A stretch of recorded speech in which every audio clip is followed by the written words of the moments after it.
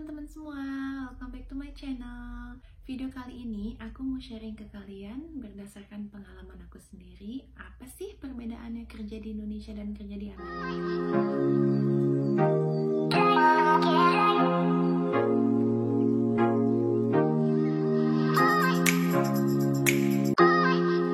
Buat kalian yang baru mampir di video aku ucapin makasih and welcome.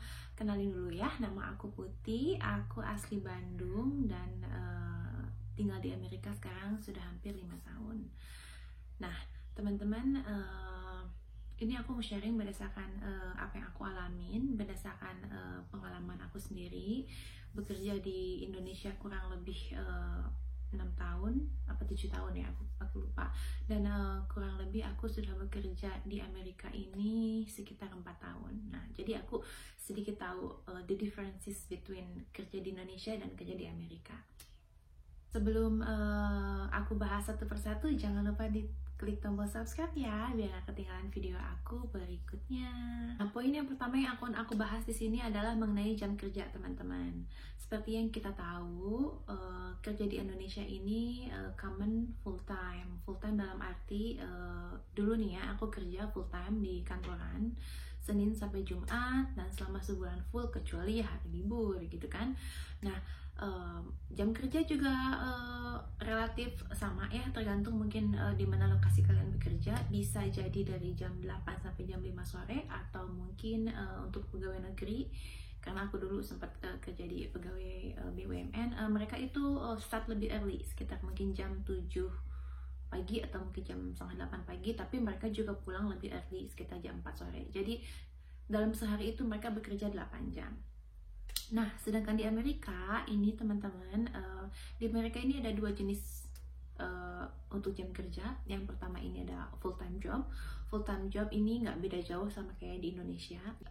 Untuk pekerja full time di Amerika ini mereka bekerja dari Senin sampai dengan Jumat atau mungkin bisa hari lainnya, tetapi untuk jam kerja per hari itu 8 jam. Dan seminggu itu mereka bekerja kurang lebih 40 jam. Itu namanya yang full time job. Nah, yang kedua ini adalah part time job. Nah, saat ini aku sekarang kerja di Amerika ini part time job, karena susah ya kalau udah mama udah punya anak, jadi prioritasnya yang berbeda. Nah, aku ini kerja part time job. Kerja part time job ini berarti kalian nggak kerja full time, dalam arti kalian bisa saja bekerja hanya 15 jam seminggu atau 10 jam seminggu, tergantung berdasarkan kebutuhan kalian gitu kan. Nah, bisa bisa hanya 2 hari dalam seminggu, bisa hanya 3 hari dalam seminggu. Kalau dulu aku sebelum punya anak, aku kerja part time itu hanya 3 hari seminggu, jadi 4 harinya libur, enak kan? Poin yang kedua yang akan aku bahas ini soal gajian. Nah, di Indonesia ini kita terima gaji biasanya kan sebulan sekali, ya kan? Setiap tanggal 25 atau mungkin setiap awal bulan. Tapi di Amerika ini teman-teman, kita terima gaji 2 kali. Yeay. Dan di Amerika ini namanya paycheck. Jadi mostly pekerjaan di Amerika ini mereka mendapatkan gaji 2 kali sebulan. Enak gak sih teman-teman? Jadi kita bisa berfoya-foya. Ya nggak berfoya-foya juga sih. Maksudnya kan kalau misalkan di Indonesia gitu ya, kadang-kadang kita seminggu pertama habis gajian, mau makan di mana nih, makan di mall, ini apa segala macam. Tiba-tiba ingat duit sudah mulai menipis dan gajian baru 2 minggu yang akan datang. Nah, kalau di Amerika ini tenang gitu kan. Jadi mau seminggu foya-foya, mau beli apa, mau bayar bills, seminggu kere ya kan, maklum, minggu depannya gajian lagi, terus gitu lagi, minggu depannya gajian lagi. Nah, itu yang membedakan sistem gajian di Indonesia dan di Amerika. Tapi aku percaya juga sih di Amerika mungkin ada beberapa company yang mereka kasih uang gajian untuk pegawainya juga ada yang bulanan. Tapi mostly commonnya gitu ya, mereka terima gaji sekitar sebulan 2 kali. Poin yang ketiga teman-teman yang akan aku bahas adalah soal pembayaran. Kalau di Amerika ini teman-teman, kita itu dibayar berdasarkan berapa jam kita bekerja, ya kan? Nah, kalau misalkan kita bekerjanya 40 jam seminggu, kita akan terima uang sekian. Kalau misalkan dalam seminggu kita ini bekerja 50 jam seminggu, kita juga akan terima uang lebih dari itu ya. Jadi sistem bayarannya per jam, jadi fair gitu. Kalian kerja 10 jam ya, kalian juga akan dibayar selama 10 jam kalian bekerja. Kalau kalian hanya bekerja 5 jam, kalian pun akan menerima uang lebih sedikit. Jadi kalian hanya dibayar selama kalian bekerja gitu. Nah, beda ceritanya kalau kayak di Indonesia ya kan. Dulu nih aku sempat kerja di perusahaan asuransi ya kan. Teman-teman yang kerja di perusahaan asuransi pasti tahu, biasanya kalau akhir bulan kan suka closing artinya kalian lembur ya kan. Lembur itu kerja kalian lebih dari 8 jam sehari ya kan. Nah, untuk kalian yang kerjanya bayarannya per bulan ya, rata-rata di Indonesia kan jarang ya ada sistem yang bayaran per jam. Mungkin ada aja sih gitu kan. Mungkin maaf ya, buruh atau mungkin pekerja kuli lainnya mungkin mereka dibayar akan per hari atau mungkin per jam. Nah, biasanya orang yang kerja kantoran di Indonesia ini gajinya per bulan. Jadi mau itu kalian bekerja 40 jam per minggu ataupun mau kalian bekerja 8 jam per hari, tetap gajiannya sama ya kan. Cuman untuk perusahaan yang aku dulu tempat kerja ini, mereka mempunyai standar tertentu ya kan. Kalau misalkan kita bekerja 8 jam per hari, tapi kalau misalkan lebih dari 10 jam, kalau nggak salah ya lebih di atas dari jam 10 malam, misalkan kayak gini ya, kita mulai kerja itu jam 8 pagi, 8 jam sehari itu kan berarti jam 5 sore harusnya kita sudah selesai bekerja ya kan. Tapi karena memang kita lagi closing gitu kan, semua pegawai bekerja lembur gitu kan. Biasanya orang ini yang kerja atas jam 10, mereka akan menerima upah lebih, jadi kayak uang lembur gitu, dapat uang taksi, dapat uang makan, dapat uang lembur. Tapi balik lagi tergantung di mana kalian bekerja, itu kan sesuai dengan pengalaman aku ya. Poin yang keempat teman-teman, nah Amerika ini kan terkenal dengan negara yang kita nggak boleh rasis gitu kan.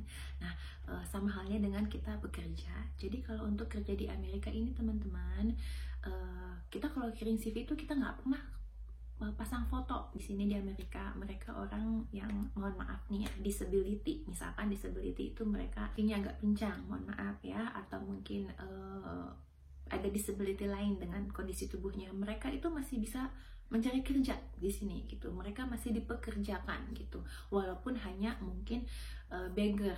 Terus juga atau mungkin mereka bahkan orang-orang yang disability itu ya, mereka masih bisa loh kerja jadi customer service atau mungkin kerja di grocery ya kan,